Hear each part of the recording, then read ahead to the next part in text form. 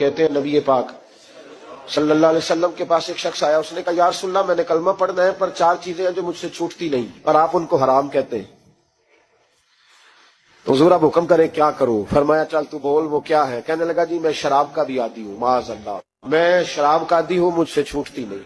اور پھر کہنے لگے میں چوری کا بھی عادی ہوں، جاتی نہیں۔ اور تیسری بات یہ کہ میں معاذ اللہ ثم معاذ اللہ زنا کا بھی عادی ہوں۔ اور چوتھی میرے اندر بیماری ہے کہ میں جھوٹ بہت بولتا ہوں، یہ عادتیں چھوٹتی نہیں، میں ان کے ہوتے ہوئے کلمہ کیسے پڑھوں؟ آپ کے دین میں یہ شدید بری چیزیں اور مجھ سے چھوٹتی نہیں، تو کیا حکم ہے؟ میرے محبوب علیہ السلام کو اللہ نے بڑی حکمت عطا فرمائی، بڑا نوازا ہے نبی پاک نے۔ حضور نے بڑے خوبصورت جملے کہے، فرمایا کوئی سودا کر لے میرے ساتھ۔ عرض کی حضور حکم ہو، فرمایا 4 میں سے ایک چھوڑ دے، کلمہ پڑھ لے، سودا کر لے۔ کہا حضور حکم کرے کون سی؟ فرمایا چل تو جھوٹ چھوڑ دے۔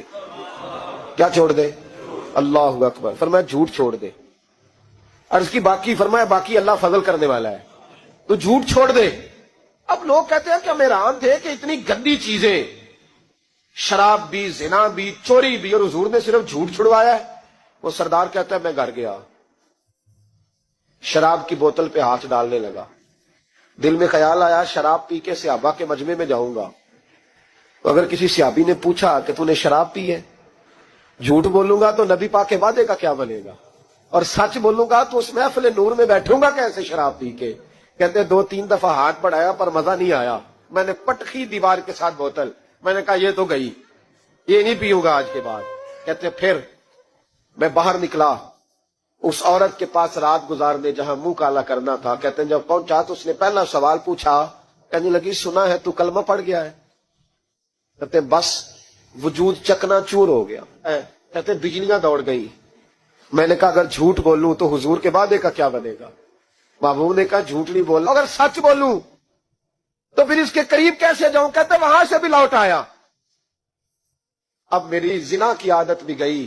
اگلی شام ہوئی تو سامنے مال پڑا تھا ایک آدمی کا، وہ آدمی کافل تھا، اس پہ ہاتھ ڈالنے لگا تو دل میں خیال آیا یہ سویرے تفتیش بھی کرے گا، اگر پوچھتا پوچھتا مجھ تک آ گیا کہ تو نے تو نہیں چوری کی تو جھوٹ تو میں بول ہی نہیں سکتا، حضور سے وعدہ کیا ہے، اور سچ بولوں گا تو میری آبرو کیا بچے گی؟ کہتے شام ایک دن میں گیا، اگلے دن کی شام ہوئی تو صرف سچ کی عادت اپنائی، میرا زنا بھی گیا، میری چوری بھی گئی، میری شراب کباب بھی گئے۔ کہتے تیسرے جا کے دروازہ رسول پہ بیٹھا، صحابہ باقی اپنا کام کرتے رہے، میں صرف مصطفیٰ کا چہرہ تکتا رہا، میں بس چہرہ تکتا رہا۔ دیر ہو گئی تو ایک صحابی کہنے لگے کیا دیکھ رہے ہو؟ تو میں نے کہا اس رسول کا کمال دیکھ رہا ہوں، اس محبوب کا کمال دیکھ رہا ہوں، ایک جھوٹ چھڑوایا ہے تو رب کریم نے مجھے سارے تقوی عطا فرما دی۔